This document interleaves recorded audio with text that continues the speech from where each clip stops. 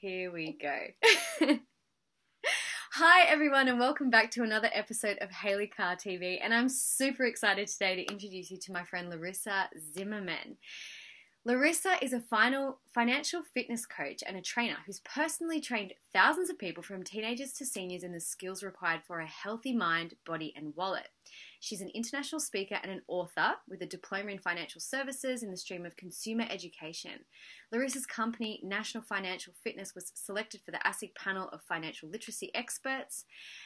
But today we're actually going to be talking about Your Money Mistress, which is kind of like her undercover term that's kind of coming out at the moment, and I'm really excited about this conversation today because Larissa and I have an exciting event to share with you at the end of our interview, and she's up to some really cool and entertaining financial education, and I think it's really important for women to be learning about this stuff. So welcome, Larissa. I'm so excited to have you. Thank you, Haley. Excited to be here. Awesome. So how about we just start with your story? Tell me how you got into what you're doing today as Your Money Mistress and why. Well, I guess it started without Your Money Mistress, just with financial fitness. Yeah. And that was when I had my first midlife assessment. You know, some of us have had more than others. I think I'm up to about number 20 now. But I chopped the hair, bought the motorbike, ditched the man, left the army and got 8 part-time jobs at once. I went, oh, my God, how do I manage my money? You know, I had 3 negatively geared investment properties, which meant more money goes out than what comes in. So I just developed this basic budgeting process and started helping people, family and friends, and then realised there was a real gap in the market for helping people on a day-to-day basis with their money. So that was that. Yeah. And so it developed from just the finance to mind, body and wallet. Yeah. Health and wealth completely. And then it was in 2009, an ex-boyfriend had written a song for me that goes for 1 minute and 40 seconds about Mistress M, my friend Mistress M. There's so much that you'll learn if you spend some time with my friend. And so I played that song, Midlife Crisis, I don't know what number I was up to, for the drive from Sydney to Canberra, 3 hours listening to this one song over and over, going, what do I want to do with my life? You know, what's it all about? What's the bigger picture? What am I here for? And I had the epiphany. Yeah. Sex and money, S and M. They're the 2 main sources of relationship breakdown. And people said to me, you talk about sex like you talk about the weather. Of course you're the money mistress. So that's the money mistress. Wow. So tell me more about the sex side. Is this PG or not? We're good. We're good to go. Okay. Well, I was raised, see, this is the thing too. I think as you talk about subconscious limiting beliefs, I was raised that sex, which we coined in our family, making love. See, I was able to ask my parents anything. We were very open. And when I said, about sex, my parents said, well, let's call it making love. So that was beautiful for a start. So I was raised that it's a beautiful experience. It's not something dirty that you talk about behind the school shed. And so I've always had that positive connection with intimacy. And so being that way, so I'm looking out at my beautiful view if I look out the window. So with regards to that, people would come and ask me about sex. From the age, I joined the army when I was 17. So when I was 17 and 18, I had older cadets in their 20s coming to ask me about sex. You know, what about this? What about that? And, you know, I had many different questions. So I'm happy to talk about that with people. Why do you think they came to you for questions, with their questions about sex? I think because, like I said, I talk about it like I talk about the weather. I'm not offended easily. Yeah. And perhaps I do make people blush sometimes, but I'll bring it up in conversation. You know, like, for example, I can relate anything, almost anything to sex. It's just, you know, you just have a creative mind, you know. So someone was talking about the Melbourne Cup one day, and I said, I don't know, I think it's a bit better like bad sex. You wait all year for it and it doesn't even last 3 minutes, you know, like, hello. There are better races and better sports to enjoy. So by bringing humour to a topic that might be seen as taboo, you can break the ice. Yeah. Cool. Okay. So when you relate sex and money together, what do you see are the biggest or most common challenges that people what are the parallels between these two things? I mean, we know that how you do one thing is essentially how you do everything. How does this work with sex and money? What do you see? What I see is that it's an imbalance a lot of the time. People get caught up in wanting to make money or just in the rat race if they're trying to make ends meet, not necessarily make money, but make ends meet. See, I started this business in Canberra in 2004, and there are many well-to-do people there, but there are also those that are doing it quite tough. So I saw a myriad of people across the demographics. And I'll give you an example of what springs to mind of one couple. They turned up in separate cars. They had the few $100,000 income between them, the new cars, the girls in private schools, the investment property. And admittedly, it is more expensive to live in Canberra, but they got caught up in the rat race of wanting more, needing more. They didn't need it, but they thought they needed it. There was no intimacy whatsoever, minimal communication in that relationship. Sure, some people would look at their balance sheet and say, hey, this is great. You know, they wanted to do better. That's why they came to see me. But I can tell you there are a lot of other people there that would have looked at that situation and said, you know what? I don't want to earn any more money. I'm happy not to buy more investment properties. I want to have the love in my relationship. Yeah. So that was one example. So the imbalance is going after one and not the other. A lot of other people, I see it, you know, we get caught up in the romance and, oh, it's beautiful, love it, let's go overseas on a holiday, let's spend big on our wedding, you know, let's buy the new home. And we're not used to what our parents had to go through or our grandparents where, hold on, we'll get the second-hand home, we'll get the second-hand car, we'll get the second-hand furniture, and then we'll work ourselves up for a comfortable retirement. But instead it's like, no, we need it all new now. And so the love dies over time because they're just trying to keep going on the treadmill. And then there are others that go, oh, money's not important. But then I had one couple in their early 50s where they were fantastic, loving couple, epitome of a great relationship, but they said, we don't care about money. And so, again, imbalance. Yeah. You know, something that I know a lot of people who will be watching this experience is that exact, like, where's the halfway point? You know, so some of the women who watch this are divorced, so they've moved on from a partner and perhaps not had a very positive experience. Some of them have had positive experiences. And some are building up a career, and it's kind of like, I love my career. I love building up this work life.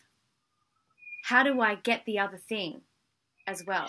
You know, where is that balance and how do we actually achieve that in life? Like, what kind of tips would you have for people, whether they're starting out or they're starting again?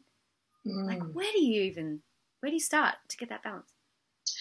Well, with regards to the financial side of it, like with everything, like you said, what you do with one, you do with that, everything. Yeah. So with the financial side of it, I actually do get people to record their income and expenses for a period of time, which is this basic budgeting process, because we can't manage something unless we've measured it. So that's how it starts with the finances, and then there's obviously hours and hours of elaboration on that. But start with the detail and also the end picture. So it's a matter of joining the dots. So we're doing visual. I haven't done this. By the way, everyone, I'm a virgin to Skype interviews, so thank you, Hayley, for bursting my virginity when it comes to that. So I'm going to do this. I haven't done this before, is that, and I don't know, if I show you this, might be able to work. So if you can, oh, the lighting might not be so good. Can you see there? Yes. That's basically an eye Yes. looking out to whatever their big picture, their end state is. Yep. So that's what we do. Like, I'm ex-army, so we say the end state or your goal. So where is it do you want to be in 20 or 30 years' time? Out there. Back to where you are now, and then it's joining the dots. If you have a passionate and big enough vision, then when challenges present themselves, you don't get bogged down in, oh my God, it's the end of the world. You know, it could be a death, could be the loss of a loved one, loss of a job, what have you, but you've got a bigger picture that you're really passionate about, so you can make adjustments. So that's the same with your finances, and it's the same with your love life as well. I actually, when I was teaching in Sydney a few years ago, it was quite funny because I was talking about writing a list. You know, write a list of what you want in a house, a car, or a mate. And I have these 3 questions that I raise with people, men actually. I say, so what are your bad points? What are your good points? 3 of each, and where do you want to be in 5 years' time, right? And someone said, oh, so basically it's not a date, it's a job interview with a glass of wine. I said, well, yes, because that's the biggest vacancy, the biggest job that they've got to fill in your life. So to bring it back, the start point is knowing what you want in the long run. Where are you today? And filling the dots. And there's obviously a lot more involved with that in both areas. Yeah, that's amazing because in all the work that I do with coaching, whether it be like with athletes wanting to win something or with business owners or anything, having that end vision or their why or their purpose, it removes all the overwhelm. It removes the nitty-gritty focus on the details when things do go wrong, because you can both reconnect. In a relationship, you can both reconnect to what your big why is together. I heard this quote once, and it was like lovers don't always look in each other's eyes. They have to be looking in the same direction at the same time. And I think that's really pertinent to kind of what you were saying. Exactly. So what are the biggest problems that you see that people don't realize that they're doing, that probably people should be more aware of? Whether, you know, no matter what situation that they're in, what are the things that you think people really, it helps to be aware of throughout your life, financially, and in relationships, that are the keys to making sure that you can get to where your vision is? I think the first one is openness and honesty. And that starts with ourselves. For a lot of us in the personal development field, we've had a wake-up call. For me, it was the passing of my brother in 2004. It took me a couple of years to come out of the fog. But I think once we've had a wake-up call, then we can be true to ourselves about what our why is and what we want. A lot of people that perhaps haven't had a wake-up call, I speak to a lot of people that go, oh, but, you know, this is what we're supposed to want. Aren't we supposed to want the overseas holiday every year? Aren't we supposed to have the new car every 5 years? You know, that's just what happens. Now, so the first point is being honest. And when it comes down to it, it's the rocking chair test or the deathbed. So people say, well, deathbed's a bit negative. See, I don't have a negative connotation with death, but the rocking chair test, if you're in the old people's home and you're looking back on your life, what are the achievements that you've been just ecstatic that, you know, you'll be able to hear at your eulogy, because if you can hear your own eulogy. So people, once they are able to have that insight and say, well, you know what, I don't really care about this extra car every 5 years, or this house that's an extra $100,000, or the latest technology. Seriously, it's amazing, it's quite comical, is that if you bring yourself back to what's really important, that human connection with loved ones, it's the experiences, it's the memories of watching the sunset rise or the sunrise over the beach, wherever you are. So you come back to that and you can be honest with yourself first and foremost. That's what's important, because then you are in a position of strength to be honest with any potential partner. And I'll just throw something in here. Mother Nature's a lovely thing. You might realise that the chemicals are high for the first 18 months to up to 4 years of a relationship. Yeah. We're supposed to be in love because that's how long it takes for the woman to suckle the young and for it to come off the breast. I shouldn't say it, but, you know, for our babies to come off the breast. Sorry. And then this is millions of years of evolution. Yeah. The man can keep the species alive. So we're in love for the first 4 years. We have to see through those rose-coloured glasses and be honest. So I hope I haven't talked too much about that, but I think honesty is the most important point first. Getting clear on what you want and both where you are financially and what's going to take to get there as well, right? Yes, a lot of people have a financial history they're not happy about.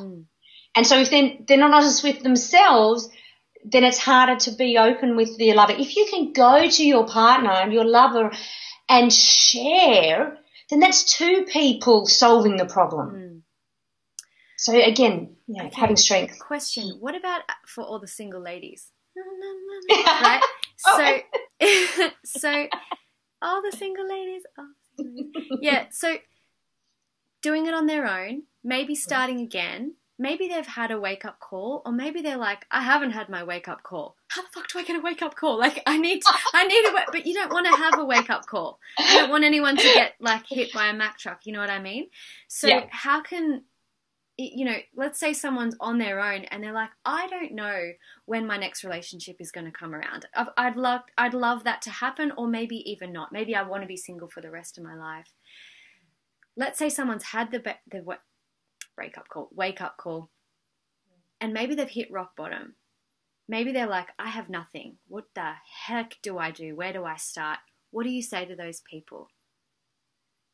The first point, yeah, it's really hard when you're there, but it's a seed that will get planted. That rock bottom is actually a great place to be because it's your turning point. You know, you can keep going down, but you get to a point where you go, I can't handle it anymore. And if you're still here, if you're still breathing, that's your turning point. Yeah. I'll be honest, I've been there as well, you know, going, what the hell are we here for? Why even keep going? Yeah. But humans will do something for one of two reasons, and that is to achieve pleasure or avoid pain. Now, the funny thing is, and I have a physio friend that confirmed this, that if we've got a sore toe, we won't go and see the doctor to get it fixed, you know, because the pain's not so bad. But, oh, my God, when it's excruciating and I can't handle it anymore, then you'll do something. So that's with our relationships. Oh, I can't handle this relationship. I can't handle this job anymore. I can't handle my finances. That's the turning point. It's rock bottom, but it's good. Yeah. So that's the first thing is realise this is a good place to be. Yeah, or just decide, right? Just decide. I'm going to make this the best thing that ever happened to me. Is like taking back your power at that point. I think it's so important because I've hit rock bottom myself previously and stayed there for a really long time feeling really helpless and wondering, you know, this is the worst thing, this is the worst thing, this is the worst thing. But it wasn't until I said, I'm going to make this the best thing that ever happened to me that things started, you know, you really do take your power back. So then what? What's next? So then what is just, again, you're in that place and you don't feel you can take leaps and bounds forward. So it's the little steps. And that's what I was saying, the little steps. So just record what your expenses are, what you're spending every day if you can. Oh, my God, that's so onerous. But you know what? Literally, this takes less than one TV ad break per day just to write down what you spend. Seriously.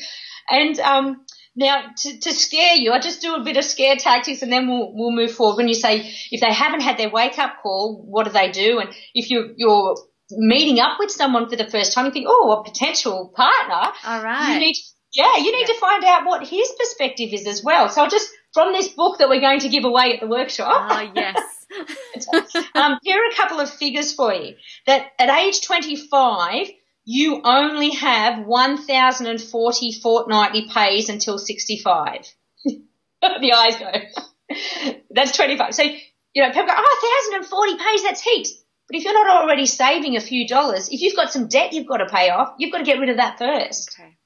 You know? And so at age 45, you only have 520 fortnightly pays. So there's the kick up the butt sort of, oh, my God. There's the financial bitch slap. That's it. Yeah. That's it. Ooh. Yeah. Okay, good. But the good news is with the power of the mind, you can turn it around very easily. Okay. And we all earn, literally, the average person will receive $2 million after tax during their working life. So I won't go into all of that. But once you start recording, you know, I've had clients, it's hilarious. After the appointment, driving home, they've emailed me when they've got home, they go, you know, I was thinking of stopping for a coffee, but I'd have to write it down. So I didn't even want to have to spend that, you know. And it's not about people go, oh, I don't want to spend then, you know, it's going to be a miserable life. But it's not.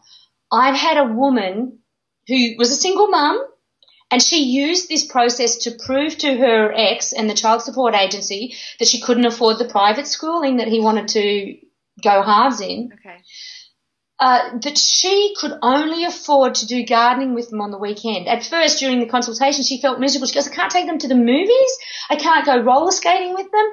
But she reported back a few weeks later, she goes, oh, my God, we're having so much more fun. At the movies, we're sitting there watching something, but in the garden, we're learning about each other. We're having fun. We're laughing, you know. So little baby steps.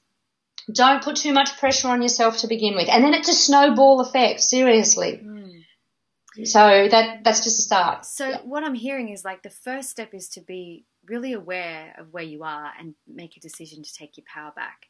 And then the second step is to just go, okay, rather than trying to get ahead and be a millionaire right now, I'm going to just take some baby steps to become aware of what I'm actually spending. And then change what you value as, like, this kind of comes back, I guess, to looking at the end step, and it's that connection with loved ones. So sometimes connection with loved ones doesn't always have to be something that's really expensive. And it, like, beautiful gardening, things like that are really, really beautiful. And then I can kind of relate, I can understand, because once you get started on that and you become a little bit more positive within your state of mind around how you feel, you kind of start attracting things that, like education and people and books and things like that will start you on your new financial journey. Am I kind of right in assuming that? Definitely, definitely. What you focus, where you put your focus, if it's always the negative, that's what you'll see. If you're focusing, the vibration is higher, definitely. Yeah. So is that kind of what happens when you say the rest sort of sorts itself out? What do you experience with a lot of people as where their pitfalls can be once they've started on this path? Like they've realized, they've gone, okay, I'm going to actually take some steps. And this is for people who make a lot of money too, because sometimes people make a lot of money, but they're not in a financially healthy place because they're spending all their money as well. So it comes back to that being aware and turning their financial mindset or literacy around, right? Mm-hmm. What do you see the pitfalls in people continuing this journey? Is it just that they don't keep learning, that they don't stay open, that they become negative? Like, where do people stop and why don't they continue on this path once it starts? I haven't had, I don't know if this is a good or a bad thing, I haven't had many people that haven't continued to make little achievements along the way. But when they do have a hiccup, the good thing is that because they've got the little basic sustainable steps in place, it's easier to get back on the wagon. So if they try to perhaps achieve a goal, what they call a big hairy ass goal or something like that. I don't use that, but some people do. Yeah. It's a terrible description, if you're visual, but they set these really big goals and they go, oh, I didn't achieve it. So that's a setback. But as they say, you aim for the moon, you fall amongst the stars or something like that. So they're always going forward. Yeah. The setback, perhaps not so much setbacks, but the difference in time to achieve their desired result comes down to, like you said, the power of focus. Mm-hmm. And it is a process of retraining the brain. So we do a lot of activities whereby, if someone's had 40 or 50 years of conditioning that money's not good, it's evil. Yeah. We've got to turn that around, and that could happen overnight for a few people. Yeah. You know, people say, oh, it can't happen overnight. But, you know, if you lose your leg in an accident, as some athletes do, the Paralympians, they suddenly overnight have to learn, you know, how to do things differently. I'm getting all warm and excited, sorry. So it's a matter of retraining the brain. So a couple of tips perhaps for people to help that is make it rewarding and exciting. You know, it's, oh, money can be boring and, oh, I don't like dealing with my money. Set a time, a date with yourself or your loved ones every week. I like alliteration, so Money Mondays, Wealth Wednesdays or Finance Fridays. Actually, one lady in class said, oh, we've made it Finance Fridays. There's football, finance, and if he's lucky, there's another F. That was her, not me. That's amazing. So there you go. So set a time, and there you go. See, it's fun. Some people do it on a Saturday morning. Food, right? Food. Yeah, that's right. That's right. I didn't even think of that. If you've got one, you don't need food. But you make a date, do it each week, and I've lost my train of thought. No, that's right. Make it fun. So it's got colourful calculators or pencils or colour-lined paper if that's what you want, and have a funky little folder with pictures, your vision board, all the pictures that you want over it, and reward yourself. You know, even if I say this to people, even if it's only 15 minutes you can afford a week or 5 minutes, if you do it and the first time you sit there and go, I hate this, don't want to do it, and you don't even put pen to paper, you've sat there and you focused on money.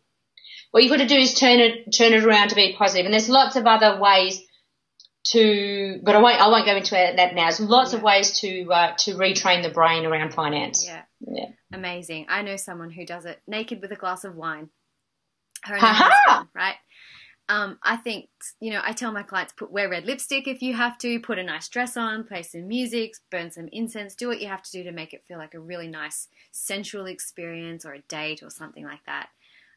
Because when I first started getting back into looking at my finances and being honest about them, I freaking hated it. I thought it was the most horrible, dull, boring thing ever, and just had to find ways to make it enjoyable. So I have a money date once a week. Great. So that's the keys for staying motivated, I guess, is rewarding yourself. So, sorry, can I just add in there as well? Yeah. In addition with rewarding yourself and having that positive feeling around money, it's also that big goal, and ultimately happiness research has shown that it's contribution. So the more money you have, see, I've only ever heard this once or twice. I can't believe it's not spread around more, but the more money you have, the more good you can do with it. Yeah. Yes. Yeah. I really believe that the type of people who are watching this video are the type of people who should be rich, because they're going to do good things with their money. So, yeah, looking at all of those kinds of belief systems that you have around your money is going to benefit in so many ways. So let's talk now about the sex side of things and how money and sex are intertwined or in relationships. So we've gone from all the single ladies and to marriage couples. And you've mentioned previously that you kind of see them and they get caught up in the rat race. You know, how does money issues translate to the bedroom? Okay, well, research shows that you get the same endorphin rush from spending money as you do from being in lust or love. Wow. So, there, look at there, see? It hits home and you go, if you haven't got that connection, and I think I trademarked it, mental orgasm. You go, oh my God, life's so fantastic. You're going to burst at the seams, you know, on your fingers, your toes, your elbows and your knees. You're just like, oh my God, I'm going to split. Life's fantastic. You know, and we get that when we're in love, don't we, you know, in the beginning. And it doesn't have to be just the beginning, actually, that can progress. And when I said, oh, yes, single lady here, people go, oh, well, hold on, how come she hasn't got it all sorted? I have a great friend with benefits, mind you. You know, and we did. We bought this 300 acres. It's just wonderful. But as time goes on, you know, you be honest with each other and you go, well, you know, maybe we'll just work different things out, you know, separately. So what this means is that if you have great intimacy, for a start, there's that openness and honesty about what you like in the bedroom. And that, if that's a personal trait of honesty and openness, that transfers into your finances. It's easier to transfer. Yeah. Okay, some people still, this is the other point too, some people commit financial infidelity, spending up big on the credit card that the partner doesn't know they have. Aha, yes, yeah. So there's all types, and once we know our, I know this is where you've got to be strong. One woman would do that often and at times ask her partner to bail her out, and each time he said, I'm not doing it again, he would do it again. Here's the problem. She then learns not to believe what he says. His say-do gap is huge, and this is another point that an army colonel, a friend of mine, told me a couple of years ago now, the say-do gap. The bigger the say-do gap, the bigger the problem. Yeah. If you say you're going to pick the children up at 4 o'clock from school and you don't pick them up till 4:15, not a big say-do gap. If you say till death do us part I will remain monogamous and faithful, and you don't, that's a pretty big say-do gap. You know, there's a big gap there. So look at what your say-do gap is. And we're talking, so honesty for those two. One point I wanted to raise, so I've just looked at my notes here from before, and I think this comes into sex and money, relationships, and our own personal lives. Yeah. It's a key point is that the quality of our life is determined by the quality of our questions. If we ask the question, oh, do I have to have sex with you again? You know, like already that's a negative. It's like, oh, I don't like it. But if you ask the question, how can we make this experience enjoyable for both of us? Yes. You can see the premise of the question is already more positive. Yeah. And you know what? Yeah. Oh, sorry, I didn't mean to interrupt you there, but on another note, the power of questions is so clarifying. You know, and sometimes they're tough questions. It's a tough conversation. Did you sleep with that person or not? You know, the question that you really don't want to ask that begs to be asked, and that, you know, that's kind of a negative one, but it's like, what do you want for your life? That's another question that some people are too afraid to ask. You know, so the communication there, I guess, is like that's. I just got tingles when you said that, and I just thought of like probably 3 or 4 different ways that people hold back from asking the questions that they really want to ask that would actually answer everything for them, because they're kind of afraid of what the answer might be sometimes. Yeah. And I think with that fear, part of it is fear of being alone. And that's the key point. If we become strong in ourselves, we're knowing, we know what our values are, what's important to us, then there's strength in that. Yeah. There's also strength in vulnerability and opening up and saying, this is who I am. And again, I say it is that if you put out the right, there's no right or wrong, but if you put out the right vibes and vibration for you of who you are authentically, you will attract what is authentically for you. Yes. Yes. That's exactly right. So what I'm seeing is kind of a similarity between how to get your relationship to a place where it's, you know, loving and open and honest and you're on the same page, and how to get yourself not only out of financial creek, but, you know, ahead in life as well. And it starts with being really, really honest with yourself. It starts with making a decision that you're going to get clear on what it is that you want, and then looking at exactly where you're at, and then communicating, right? Yes. Yeah. Use that C word. That's a good C word. Yeah, that's a good C word. There's a lot of good C words. Great. So do you have any like final kind of tips that you think someone who might be watching this who thinks, I really just want to get to the next level financially, if you had one thing that you could say to everyone that was like, boom, what's the thing that you most believe about financial independence or financial empowerment? Oh, I think I said it with the quality of our life is determined by the quality of our questions. That's my key message, and that's actually what I kind of want when I die, to be known for people. Yeah. We've talked about the authenticity and the honesty. I would say let's get to the nuts and bolts of it then, because I'm all for talking about finances without doing the numbers. Again, it's how our brain works, amazing how the universe works. But if you want to get down to the nitty-gritty and get a good wake-up call, if you want to live on $50,000 a year in retirement without eating into your equity, you need $1 million nest egg. $1 million sitting there, so it gives you $50,000 a year interest that you can live on. So do the numbers and go, you know what, I'm on par for that. I'm 20 years out, I'm on track. Yeah. Jump online and look at a few of those retirement calculators. And if retirement seems too far away, look at the goal that you've got for 10 years or 5 years down the track. Yeah. Cool. And then obviously what would be next from that is to just take little steps and just trust that the next step will show itself up for you when you focus on what it is that you want, right? Yeah. I have a checklist that I go through with individuals on an individual basis, but a few of those points is working out how many pays you have until retirement. So that can be a check. A little tip I heard a few years ago is halt your spending if you're hungry, angry, lonely or tired. Halt. And when I was teaching this once, it wasn't mine, a lady in the car said, oh, well, also when I'm sad, I went, that can be the commandment. Thou shalt not spend when you're sad, hungry, angry, lonely or tired. Yeah. And, oh, God, there's a few more other tips that I'd like to share, but there are a couple there. Yeah. Yes. Okay, great. Yeah. So people can find out more information about Larissa and all the amazing things that she has to share at yourmoneymistress.com.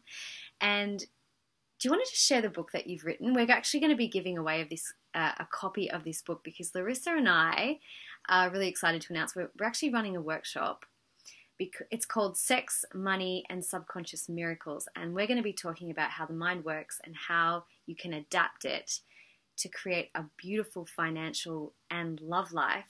And we're going to be running it in Byron Bay on Wednesday the 27th of July. So if you're interested, we'll place all the information underneath this video. But do you want to just share a little bit about the book that you have written as well? Because it's fabulous. Thank you.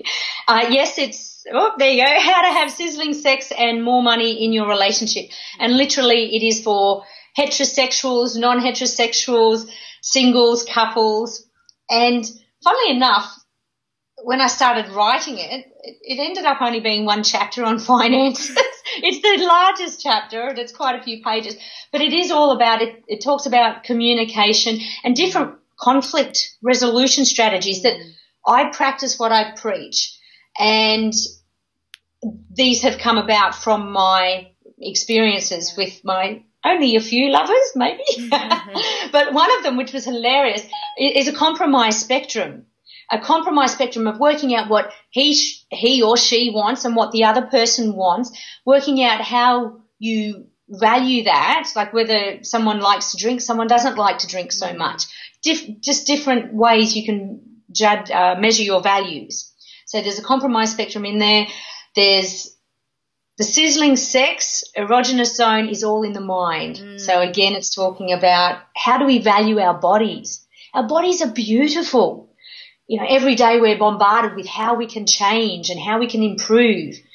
But there's nothing. You ask any man, and one man came up to me in Sydney, but one man came up to me in a Sydney pub one day and said, do you know how refreshing it is? You are the only woman in here with he said no makeup. I said, I've got a touch of makeup on. He said, but that's so refreshing. He goes, I know I don't have to bite my arm off the next morning. You know, you're beautiful without makeup.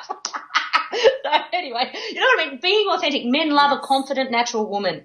So then we've got the sex tips, and I'll be honest, they're definitely not PG in there. We talk about lots of different things to do with sex, threesomes and more sums, S-U-M-S. You know, fantasy versus reality.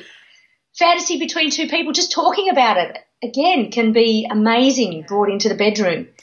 So lots of different things and an action plan. Can I just say how much I love how open and honest you are about the full spectrum of sexuality that is available to us and how well that relates to finances? Because I think, as business owners, we experience a different, we've been mostly focusing on like having the same pay packet pretty much until the rest of your days, right? For as a business owner with a growing business,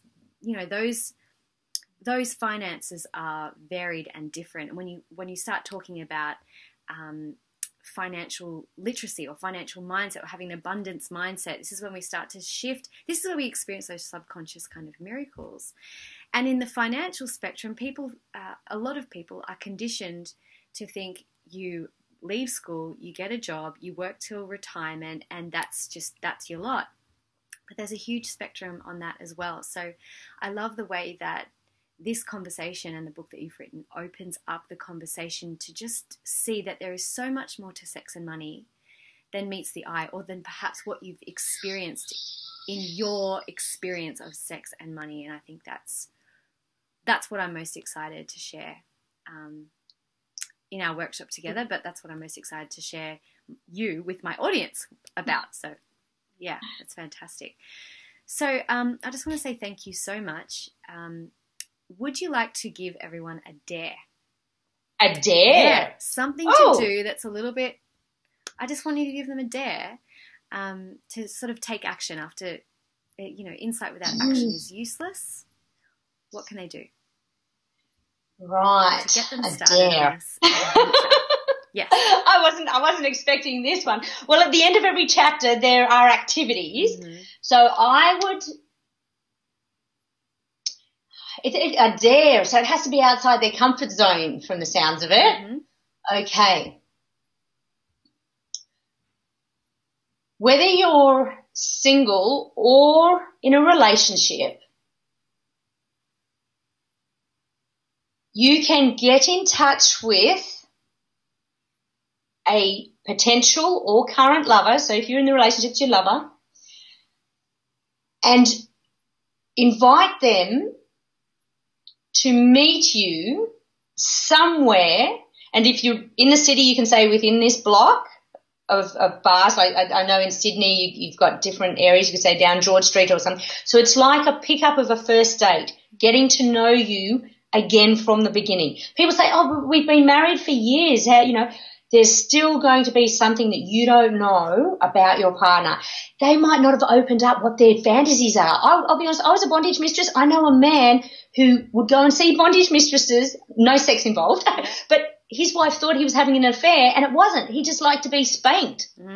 So then they were able to take that into their life once they were open with each other. Yeah. So meet your lover or potential lover. If you go, oh, my God, I'm single, I don't know, contact someone, just even if it's a mate, and go, I need to practice for a date. So do that. Questions, yeah. Yep. And ask some of the difficult questions. Be prepared to answer a couple of those yourself. Yes. You have to. You have to be prepared to answer those questions. And the finance side, I will throw the gauntlet down because this is the key. It's the start. If you're coming on the 27th of July, it would be awesome to see you say, hey, I've recorded my expenses for almost a month. Yeah.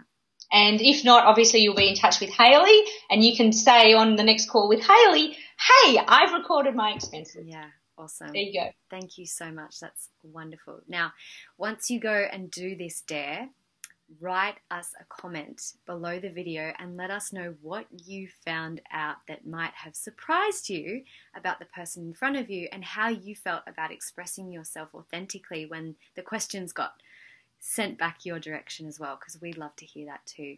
So just to recap, this was amazing. Thank you, Larissa. And we'll be running a workshop together, Sex, Money and Subconscious Miracles, in Byron Bay, Wednesday the 27th of July this year. For more information, you can click the link below the video. And if you want to find out more about Larissa, it's yourmoneymistress.com, and I'll be placing a link to her website below the video as well. So thank you so much for watching, and we'll see you next time. Thanks for being here, Larissa. Thank you, Hayley. Bye. Bye.